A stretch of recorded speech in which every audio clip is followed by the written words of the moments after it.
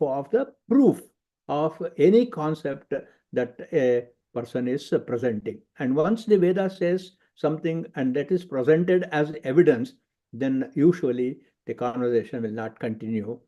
We are not talking about the cynics. We are talking about those who are really understanding what the Vedic position is. So the sukta, as I mentioned, we take up today is the Swasti Sukta. The word Swasti, I already defined sukta. The word Swasti means auspiciousness. It's also a word that we use to address a very highly respectable entity. For example, if we are worshipping Mahavishnu, we always start by saying Swasti Haraye. You will also see in the Puranas, whenever the Devatas meet Bhagavan Mahavishnu, they will always start with this word Swasti, Swasti Haraye, hail to Hari. It is also a benediction. It's also a word of benediction. Suppose you want to wish somebody well, if you want to wish somebody good luck, then you can also say Swasti Astu. It can also be, word Swasti can be used for consent, for agreement. Suppose somebody says, may I do this? Then you can also always reply by saying Om Swasti. Means that yes, what you have trying to do is acceptable, good. Suppose you are going to send off somebody on a long journey, then you can say Swasti. That means in your travel, let there be auspiciousness and let there be no obstacles. So I'm going to take up 5 mantras of this short and an extraordinary hymn. And each, except one, each of the mantras actually start with the word Swasti. So just to give you a flavor of how this mantra sounds, because Rigveda has some very special way of chanting. So I'll be chanting the 5 mantras of Swasti Sukta, and then later on I will expand the meaning of the mantras. Om Shri Gurubhyo Namaha Harihi Om. Om Swasti no Mimita Mashvina Bhagaswasti Devyadetira Narvanaha Swasti Pusha Asuro Dadhatuna Swasti Dyava Prithvi Suchetuna Swastaye Vayumupabravamahai Somam Swasti Bhuvanasya Yaspatihi Bruhaspatim Sarvaganam Swastaye Swastaya Adityaso Bhavantunaha Vishve Devano Adya Swastaye Vaishvanaro Vasuragnis Swastaye Deva Avant Vrbhava Swastaye Swastino Rudra Patvam Hasaha Swasti Mitra Varuna Swasti Patye Revati Swasti Na Indraschagnischa Swasti No Adite Kridhi Swasti Pantha Manochare Masurya Chandramasa Viva Punardadhatha Gnata Janata Sangame Mahi Om Shanti Shanti Shanti. As you can see, this is a very short sukta, just 5 verses. And this hymn is generally chanted at the time of consecrating an image of Vishnu. For example, if we are installing in a temple any form of Vishnu, that is Rama, Krishna, etc., then at the time of consecration, this mantra is used. So while chanting this mantra, we take a strip of cloth and then we tie to the head of the murti while chanting this mantra. And this is as far as honoring of an image of Mahavishnu, a murti of Mahavishnu is concerned. That is the time when this sukta is chanted.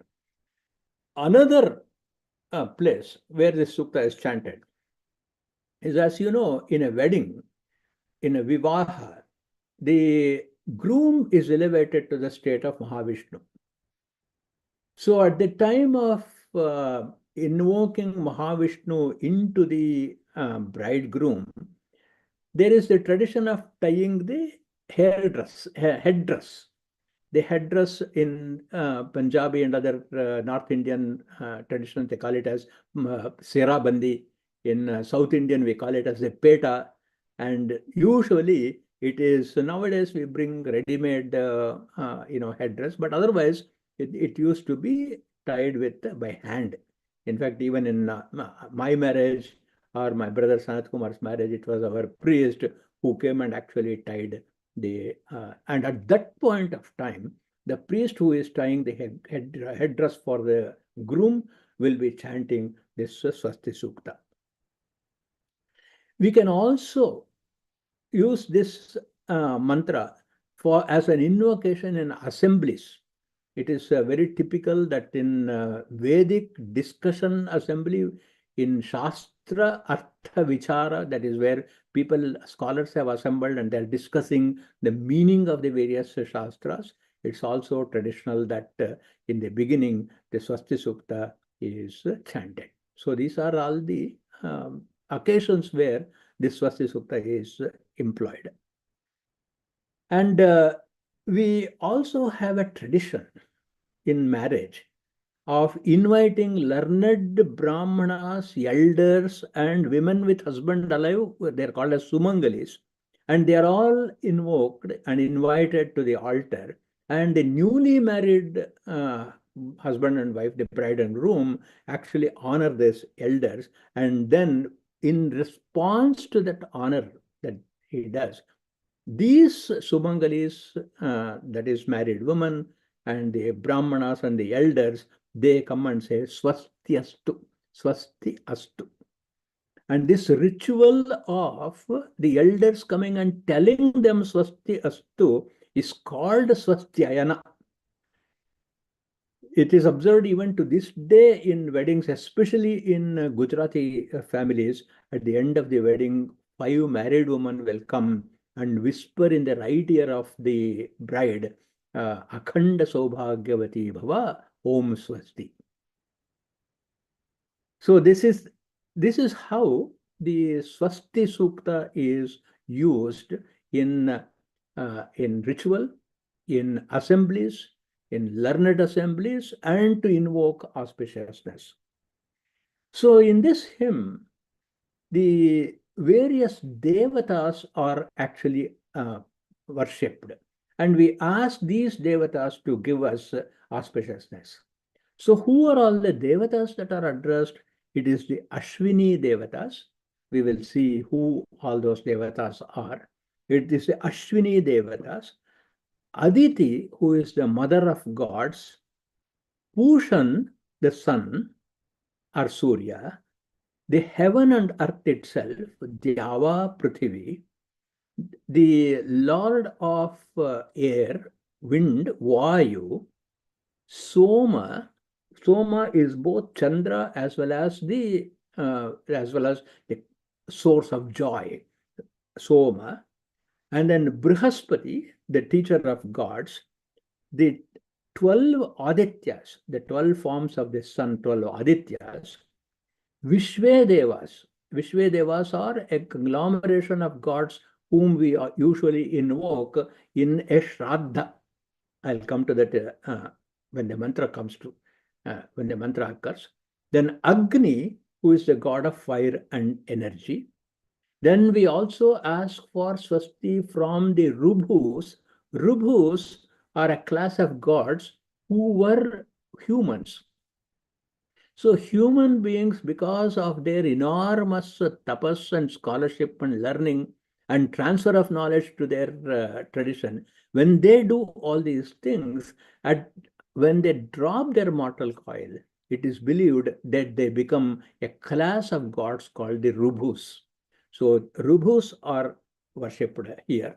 And then Rudra, then Mitra Varuna, Mitra and Varuna, the twin gods, who are Mitra is the lord of the day and Varuna is the lord of the night, and Indra, and then all of these devatas are prayed, and then we ask for auspiciousness, Swasti. So who are these devatas? We will see presently. Then the last three mantras of the five, it is repeated as a japa. We do like a like Gayatri japa you can do for to cure a person of any illness. So that is another application of these mantras. When a person goes on a long journey or he takes a book to go on a tour, the last mantra of the five is repeated to overcome all obstacles and dangers. So this is how in both spiritual and secular occasions, the application of these mantras are there. And it's a short enough, just five mantras. So it's very easy and very quick to recite and bless somebody. Then whenever we study any of the Veda mantras, there is a rule that we have to know who is the Rishi, to whom these mantras were revealed, then who is the Devata to whom it is addressed to, and what is the meter in which the mantra is set. I have given a little bit of an insight into this in the earlier lectures. The Rishi of this set of five mantras is called Swastyatreya. Swastyatreya is from the clan of the Atri Maharshi. I'll come to that a little later. Then the Rishi is Swastyatreya. The Devatas are all the Devatas. We call it as Vishwe Devatas. Then the Chandas is called Nitrit Trishtub. Then this Atreya, let's look at the Rishi. The Atreya, many of people also have the Gotra, their Gotra is Atreya Gotra. So this Atreya Rishi must be a descendant of the original one of the seven rishis, Atri. And this Swastyatreya, who is the rishi of this mantra, may also be one of the disciples of the Atri school. And this Atri and the whole group of the Atreyas, that is Atri, his disciples, his children, all of them together were rishis. And these rishis, whatever vision of the mantras they knew, is collected in the Rigveda in the fifth book. It is called the fifth mandala. In this mandala itself is called Atri Mandala. That means the whole of the fifth book of Rigveda is coming from one family or one teacher-disciple tradition. And this Atri himself, the founder of this Atri Mandala, was one of the seven rishis, Sapta rishis. The others, as you know, were Marichi, Angiras, Pulaha, Kratu, Pulastya, and Vasishta. And sometimes, depending on the various kalpas, the number of Saptarshis may change, but some of them, like Atri, Angiras, Vasishta, figure in every kalpa. So you can imagine how important is the role of Atri in giving us this Vedic wisdom. And this sage Atri, Bhagavata has a very beautiful story about his life. He marries Anasuya. The names itself are also philosophical. Three in Sanskrit means the English three. That is the number three. When we prefix with a tree means one who is not bound by the tree. So a tree, one who is not bound by the tree means the three most predominantly difficult combination are the three gunas, sattva, rajas, and tamogunas. And secondly, the three also are the three sources of misery. One which can come from the elements. It is called as Adi Bhautika. One which can come from unforeseen sources. It may be our karma, it may be, and as I said, inexplicable. It is called Adi Daivika. Then there are some things which problems can come from within ourselves. Like, for example, I have an internal problem. I have got stomachache, and that stomachache is caused by me within myself. Or I have a unstable mind. I cannot concentrate. I am jealous. I'm angry. All of these things are coming from within myself, and therefore they are called as adhyatmika tapas. So that is why we call popularly tapatraya. I am going through some tapatraya. So those tapatrayas are adhyatmika, adi bhautika, and adi daivika. And Atri is the one who does not have any of these tapas. And that adds an importance to this sukta, because by the contemplation, meditation of the Swasti Sukta and by the blessing of the devatas, my three tapas, adhyatmika, adibhautika, adidaivika tapas, will be removed. So when they are absent, when I am not under the control of the trigunas, sattva, rajas, tamo gunas, then my life will be very smooth. So even metaphorically, this mandala coming from Atri makes great sense. And look at his consort. She is anasuya. Asuya means jealousy. Anasuya means a person who has absolutely no envy, no jealousy. So obviously they are perfectly matched, Atri and Anasuya.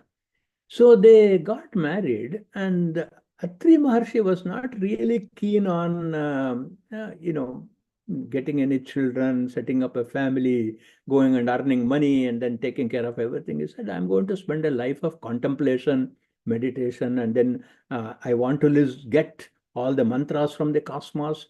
But Anasuya Devi says, no, we should have children. We should continue our progeny. Your eminence must flow through our progeny. And then Atri Maharshi says, okay, let us do a prayer. Let us meditate upon a devata. So which devata should I meditate? I am Atri. So I will meditate on all the three devatas, on all the three, Brahma, Vishnu, and Maheshwara. So I will meditate on all the three, and Anasuya Devi and Atri Maharshi, they sit in tapas, and they got three sons. The very well-known Dattatreya, they got Dattatreya from Vishnu's Amsha, and the moon or Chandra they got from Brahma Amsha, and then the sage Durvasa from Shiva Amsha. And they say Atri himself is considered as a manifestation of the tongue of the creator Brahma. The various parts of Brahma's body actually manifest as different devatas. So the fifth mandala of the Rigveda is the source for our sukta. It is Atri mandala, and Swastyatreya is the Rishi who visualized this particular sukta. In total, the fifth mandala has got 87 hymns, and out of the 87 suktas, the sukta under consideration is the 51st sukta. So with this background, we will now enter into the meaning of the mantras. So let's look at the first mantra. Swastino mimitam ashvina bhagaha swasti devi aditihi anarvanaha Swasti Pusha Asuro Dadhatunaha Swasti Dyava Prithvi Suchetuna. First and foremost, I want prosperity. I want good fortune. I want well-being. That's the theme of the today's presentation. I want good luck. I want benevolence. How much do we not want? How much of prosperity do I need? How much of benevolence I want? How well I should be in my life? It has to be in a great measure, not small petty things. And therefore, this Rishi is saying, Mimitam, give me in great measure. And the first Devata, set of Devatas that is worshipped, is the Ashwini Devatas. So the Ashwini Devatas are the twin Devatas who are the divine physicians. Obviously, the role of a physician is well-being, is to make the patient have good well-being. So therefore, it is appropriate that the Swasti Sukta starts with a prayer for the divine physicians. And the word Ashwini has been etymologically is Avinasham Kshemam Dadati iti Ashwini. Avinasham Kshemam. One who gives imperishable prosperity is Ashwini. Incidentally, my nephew Sanat Kumar's son is Ashwini. They're a physician. And also, the name is appropriate for him that he actually represents an imperishable prosperity.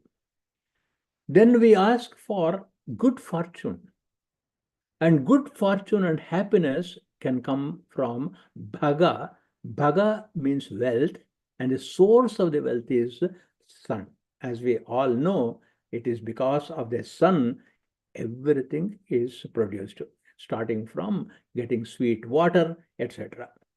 Then the Devi Aditi, who is the mother of all the gods, we are asking her, Anarvanaha. Anarvanaha means unchallenged, unrivaled. Please give me unrivaled welfare. And then the Lord Surya, let him give. And then from Dyava Prithvi, how much of welfare do you need? Wherever I am, I will be usually either on the earth or I will be flying in the sky. So everywhere, let there be, what should he give? Suchetuna. Suchetuna means from special wisdom. See, suddenly, from asking for mundane things, look at the genius of the rishis. You give me happiness, you give me good fortune, you give me unchallenged, unrivaled prosperity, you give me avinasham kshemam, all of that. But he ends the mantra, suchetuna, that means a shining wisdom.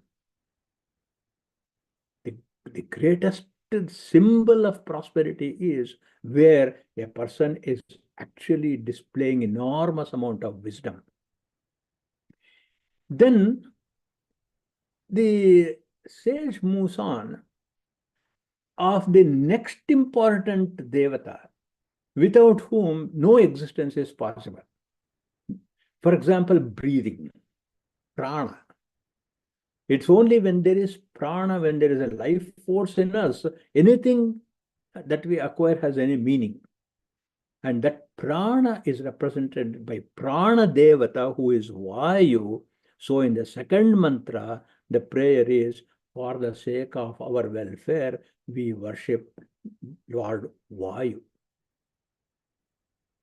Then, what is it that really makes us feel that our well-being? Because well-being is determined by how I feel about me.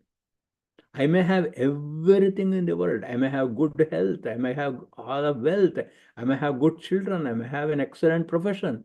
But if there is no peace of mind, then I don't feel well. And the Lord of mental well-being is Soma. And to this Soma, we ask him, you please make sure that I always have mental peace. Swasti, give me Swasti. And to be able to appreciate a calm mind, to be able to appreciate wisdom that we asked in the previous mantra, to be able to appreciate the sources of welfare from earth to the skies, we need knowledge. So we go to the next Devata, who is Brihaspati. Brihas means knowledge. Pati means Lord. To this Brihaspati, we ask him to keep our mind sharp, aware of all the blessings that we have got all the time. Please grant me Swasti. And the 12 Suryas, there's only one Surya we see, but you remember that we have 12 months. In each one of the 12 months, the same sun we see in the sky has got differences in not only in its path with reference to earth, and there is also a difference in intensity of light or intensity of heat. And I now worship all these 12 devatas. So in the second mantra, we are asking for Vayu to give us prana shakti. We are asking for Soma to give strength of mind. We are asking Brihaspati for the intellect. We are asking the 12 Adityas so that all the 12 months in the year, we invoke auspiciousness. Then we go to the third mantra. The third mantra is Vishve Devaha. That means all the gods. Now, there is a group of Devatas also called as Vishve Devatas. See, many of us who perform the Shraddha of our elders. In that Shraddha, we usually invite two priests, two Brahmanas are invited. And in one of the Brahmana, we invoke the forefather, the parent. And in the other Brahmana, we invoke the Vishve Devatas, all the gods. You might have, if you carefully have seen how the Shraddha is performed, even the way in which those two Brahmins sit in the performance of the ritual, you will notice the difference. And the Vishve Devas are the protectors of moral law. That is why in Shraddha, which is another name where we express our Shraddha. From Shraddha comes our Shraddha. In the Shraddha, while we are worshipping our elder, we are also worshipping the maintainers of the cosmic law called Rita. What these Vishve Devas do is they destroy the enemies, they protect the good, and they give us an auspiciousness, especially an auspicious dwelling. That is why you will see when you go to some people's house, you get very good vibrations, whereas in somewhere else you may not get the same vibration. Why is it we get such wonderful vibrations when we go to the temple? It is because these Vishve Devatas are also invoked at the time of installation. That is why in Mahaprana Pradeshta, all these things are done. In also the auspicious occasions like wedding, Upanayana, etc., we also do what is known as Nandi Shraddha, where we worship our elders. Then also the Vishve Devas are invoked, and there are 10 of them. And what is the welfare that each one of them brings? Let us look at it. So the first of the 10 Vishve Deva is called a Vasu. He gives us a good house. If you are comfortable in your house, no pests, good climate control, comfortable seating, comfortable quarters to sleep, enough food. With all those things here, because of the first of the Vishwa Devatas, Vasu.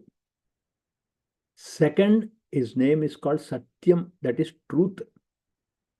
The third of the Vishwa Devatas is Daksha, Kratu or will. And the fourth one is called Daksha or skill. And the fifth one is called Kala or time. The sixth one is called Kama or desire. And the seventh one is Dhriti or forbearance. And the eighth one is the presence of the benevolent presence of our ancestors in spirit. This is the reason why we have pictures of our forefathers on our walls, because they are one of the Vasus. And then Pururavas, that is the dweller in the atmosphere. And Madrava means always there must be squeals of joy in the house. That house is the most beautiful house where constantly there is laughter, mirth. So it's not very easy. We need to have the blessings of the Vishwa Devatas, who are 10 in number. You can see, look at the sequence. A dwelling where the truth is honored with willpower and employed skillfully in a timely manner, and appropriate desires are there, and there is forbearance, and then there is titiksha or ability to withstand difficulties, where constantly our forefathers bless us, and the God is always residing in our home. That is why we have a puja room. And then there is always joyous conversations going on in the house. These Vishwa Devatas, let them bring auspiciousness to us, because they're right there in the house. We don't have to go even to the temple to ask for their blessings. Then next one is, we are asking for Agni. And who is this Agni? He is the one who is the leader. So the etymology of the word Agni is Agre Nayati iti Agni, one who leads us. And then I talked about Rubhus, that is the humans who have become gods. And the Rudra is the one who removes all sorrow. Rudam samsara dukkham dravayati iti Rudraha. He removes all sorrows of samsara. Not that we don't go through some difficulties. If we think that something is difficult, it is difficult. Otherwise, a person with all the difficulties, all the disabilities, all the challenges can still be highly productive. We know Stephen Hawking, we know, he was paraplegic completely. But look at his eminence, look at his extraordinary brilliance. Any lesser person would have crumbled under the pressure of his condition. Then we go into the fourth mantra. In the fourth mantra, we are asking Mitra Varuna, that is, they are Aha Ratri Abhimani Devatas. That means the Devatas who maintain the cosmic order of the cycle of day and night. And that Mitra Varuna, let them give me Swasti, auspiciousness. Then we do quite a bit of flying, especially these days. A lot of flying we do. And the Antariksha Marga, in this flight, in the atmosphere, the sages see a devata called Revati Devi. She is also called as Dhanavati when we are in flight, and we are asking, if we are flying, may all of us have a good, auspicious journey. Then we now come to ourselves. We have sense organs. The lord of sense organs is Indra. We have energy, vitality, and strength that is given by Agni. So Indra and Agni are the twin forces, twin devatas that are always there in our person. So we are asking Indra, Agni separately and together give us auspiciousness. Then the fifth mantra is All this we are asking so many devatas and all that, you give me this, you give me this, and all that. And obviously, the Rishi must have heard these devatas are saying, okay, what are you going to do? You are asking me for everything. What are you going to do? Are you just going to accept all these things and then enjoy your life without the least recognizing about the glory of the entire creation? What are you going to do? So here he is actually responding by saying,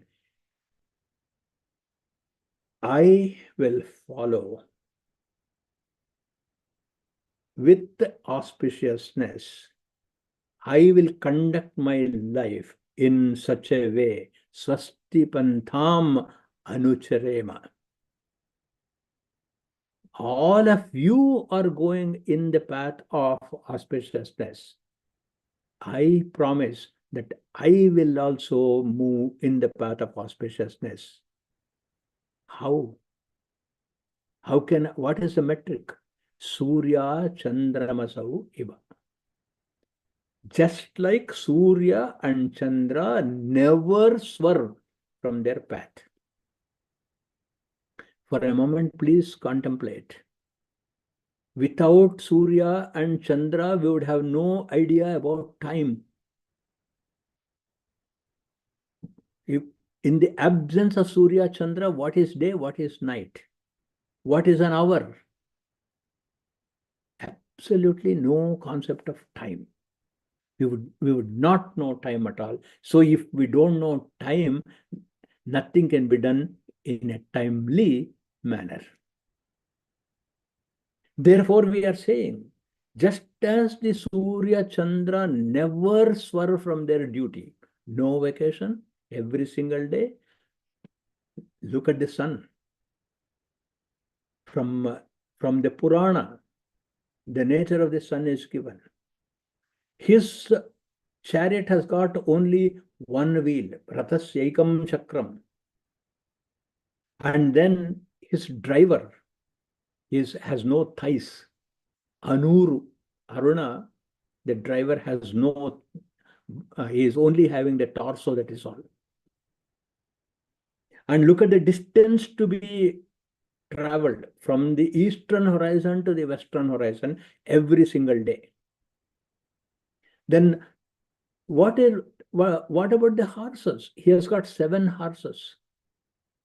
Anyone who has tried to ride one horse would know how difficult it is to control a horse. Because the very name for horse in Sanskrit is Ashva, means that which will never be in the same posture even for a second. If you notice a horse carefully, it will always be moving. Some part of its body will be moving. And it will not sit down. If a horse is not doing anything and it is sitting down, that means it is on its last minutes in its life. It's going to die. He has got 7 horses to control. Okay, what about the reins for controlling these 7 horses? They are poisonous serpents. This is the challenge. And what does he get? Nothing. A few devoted people may look up and pray and do namaskara. A few people may do some Gayatri mantra and say, oh, Surya, please bless us. If you look at the total population of the world, how many do it? Impervious of whether anybody is praying, worshipping or not. He takes salt water from the ocean and converts it into sweet water. So what is this Swasti Pantha that Surya does? He takes something that is inedible and makes it edible. I will lead my life like that means no matter what an amount of hardship and what an amount of evil people that affect my life, in the course of my life. However number of bad people are come into my life, I will only give to the world what is good. Absolutely non-retributory. That path I will take. And not only that, this Surya and Chandra, in their path, Niralamba Marga. They have no support. We walk on the earth. We have the support of earth. What support he has got? He's hanging in the space. In that space, he is going. And then may Surya and Chandra become my role models. Look at the beauty of this mantra. All the other gods we talked about, the Ashwini Devatas, Vayu, Rudra, etc., Rindra, none of them is visible to us. How can you get darshana? We only have to conjure up in our mind. But Surya, Pratyaksha Devata, Chandra, Pratyaksha Devata, is right there in front of us.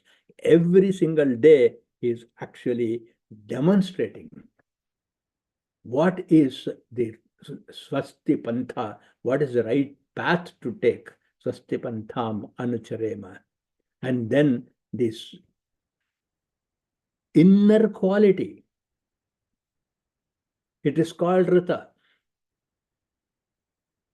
Our transactions is called Satya. Our action is called Dharma. So you can see in all the 5 mantras, the Rishi is recognizing that when I have that inner quality, Swabhava of Rita, and that I express as speech, and then I apply it as my action in Dharma, then my whole path will be Swasti Pantha. It will be an auspicious path. So who ensures my welfare? Coming back to the title, I ensure my welfare. And for the sake of my ensuring my welfare, this is how I am going to conduct myself. Then another beautiful, with that mantra he ends, Punardadata Ghanata Janata Sangame Mahi, means let me have such relatives in my life who are kind and generous to me, who reciprocate my graceful attitudes, and then who don't quarrel anytime with me, and who understand the value of relationships. May I have such relatives, and may I become such a relative. All of these things you can see in total. If you see this Swasti Sukta, they are taking it at Adi Bhautika level, physically how I will conduct myself, Adhyatmika level, Rita, Satya and Dharma. And then I'm also looking at the cosmic level of saying all of these devatas have come together to make this universe what it is. And I have to be a good relative, because these are all my bandhus. How do they become my bandhus? You look at the Lagunyasa of the Rudradhyaya. In Lagunyasa of the Rudradhyaya, what have we done? Mahavishnu in my feet, Indra in my arms, Saraswati in my speech, Surya Chandra in my eyes, Ashwini Devatas in my ears. That means all these Devatas are my close relatives. And these relatives, in great harmony with me, doing benefit with me, they are there in my own person, and they are also in the cosmos. And they are all moving in the Swasti Pantha, in this auspicious journey, I want to take the journey along with them. So I chant this mantra to train myself in that activity. I chant this mantra in an assembly so that others may also appreciate these values. And then I chant this mantra to invoke all the devatas so that anyone who is listening to these mantras are actually blessed by these rishis and by these devatas, and those who are sitting in their body, mind, intellect. Let them inspire each one of them to take this Swasti Pantha. And that is how a welfare at microcosmic and macrocosmic level is ensured by the person, by that person who adheres to Satya, Ratha, and Dharma. This is the essence of this beautiful sukta. It's very short, just 5 mantras, and then it is worth memorizing whenever you want to bless anybody, whenever you want to start a good assembly of bhaktas and learned people. Chanting of this Swasti Sukta is indicated by our sages. Thank you very much. Hari Om. Thank you, Ashwath Garu. Excellent speech. We learned a new thing. I never understood the importance of Swasti Sukta, especially he said that it is going to be used for invocation of Lord Vishnu. So that's we are followers of Vaishnavi. Yes. It's good to know that. Yes. So every day when you do Avahana in your Tirvaradhanam, even at home, you can start with the Swasti Sukta. Oh, that's excellent. Yes. Yes. And maybe myself and Sagar, Dr. Sagar will enjoy this. Yes. And thank you very much, and appreciate your all the great series of learning series of work. Hopefully, we have a lot of suktas are there, and maybe like it's a little too much. You can give a synopsis in your program. The Katakam, Ashwametam, and Achidram. Because we use that for Ekatasi and Dwadasi Parayanam. So maybe you can give a synopsis later on when at some point of time. We'll do that. Importance, that will be wonderful. Sure. Thank you, sir. Adiyan. That's it. And Sagar, Dr. Sagar uncle, you want to say a few words? Sagar I think uncle, you're on mute. You're on mute, Dr. Sagar.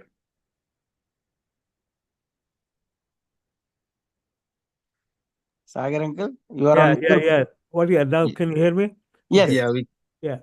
Now, I wanted to just mention that myself and my wife, of course, had invoked me to chant every day Aditya Hridayam. So you have explained a great deal what the importance of thinking of Surya to lead us every day. As you said, without Surya, we don't know the time. But also, Ashwath Garu, very interestingly, again, I bring it to myself as a simple person. All these physiologically, modern man thinks these are sensitive, like a brain thinking something, eyes, and so on and so forth. Now, if we give the concept of a God or coming a divine issue, I think ordinary person can understand how these senses are put together in our head and how we should respect them. And your today's lecture really emphasized the importance of those things. Thank you. Deva, the word Deva itself is, they translate it as God. But actually, if you look at Sanskrit grammar, Deva comes from the root Diva. Diva means that which shines, Diva Kantav. It also means Diva Vyavahare, wherever there is a transaction. Suppose you are talking and I am listening. then you are talking, which is creating a sound. I am able to hear that there is a transaction there, and that transaction is called Deva. So it is just we must understand the context of how the word has been used. In fact, the translation God to the Sanskrit word Deva is inadequate. It is one of the meanings, that is all. Deva Vyavahare, Deva Kantav, Deva Dyotane. For example, please think of this in a psychological manner. You tell me a concept which I don't know, and then I understand after listening to you. How did that happen? How just a few words that you spoke gave me a knowledge that was not there. The words that you spoke is concrete, whereas the knowledge I got is abstract. But I think that also to understand that one, we need a lot of background. I mean, if I talk to a child or a high school student, he may not be able to come with that conclusion much worse, much than other person like who has not gone to school at all. But what I'm saying is, to understand what you're telling and how we are concepting, it is because I have some basis of understanding what each letter you're saying, each sound that is coming to my brain is converting into a meaning. But if I did not have a practice of listening to A, B, C, or a Sanskrit words, I do not understand. But what our Vedanta says is that knowledge was already in you, only you didn't know that it was in you. That's true. That is Deva. That means it shine that which was not shining. Because of this talk, it started shining. And therefore, what do we do? Your talking is prayer. But what Sagar uncle says, I think I slightly I agree on that. We have acquired some knowledge in bits and pieces, and there is a background information. With your additional information which we are getting, the picture gets more clear and complete. That's what I think, Sagar uncle. We have basic background information that gets connected. The spark comes probably. I don't know. That's what he was trying to say. Only thing I would say, when I came to this country, I didn't know what was yogurt. One day, this is very new to me. 2 weeks after I came here, I was looking for some rice and yogurt. 1963. I walked to a small shop next door, next to the hospital. And I asked him, do you have curds? That man said, I don't know what you're talking, ma'am. I said, this is how we make. We boil the milk and put some previous day's yogurt and makes it a curd. Then he said to me, that's called yogurt, ma'am. So he brought the yogurt to me. The analogy you gave me, it is in your mind. That man has a knowledge of this concept of what milk and culture is making. I'm explaining to him, this is what I want, product. So I was really amazed the day he told me that, and I said, my God, these people also use the same things. Except, the yogurt curd, and he knew the yogurt. Yeah, I was calling it curd, but he had no idea what I was talking about. See, something like this, I look at it this way, because he had in his mind also what I was telling. So he was that is what one of the etymologies, the word Deva, which means Jyotanath. Jyotanath Devaha, that he was able to connect the two. Correct. to, yes, is yes, because of the Deva. Correct. The connect the dots. Yes. yes. Good. Thank you, sir. Appreciate all your help. Thank you very Thank you much. for Thank you. Have a good do night. the closing prayer. Thank you. Om Purnamada Purnamidam Purnat Purnamudachyate Purnasya Purnamadaya Purnamevavashishyate Om Shanti Shanti Shanti Harihi Om Shri Gurubhyo Namaha Harihi Om. Thank you very much. Have a good night. Thank you, sir. Thank you very much. Namaskar.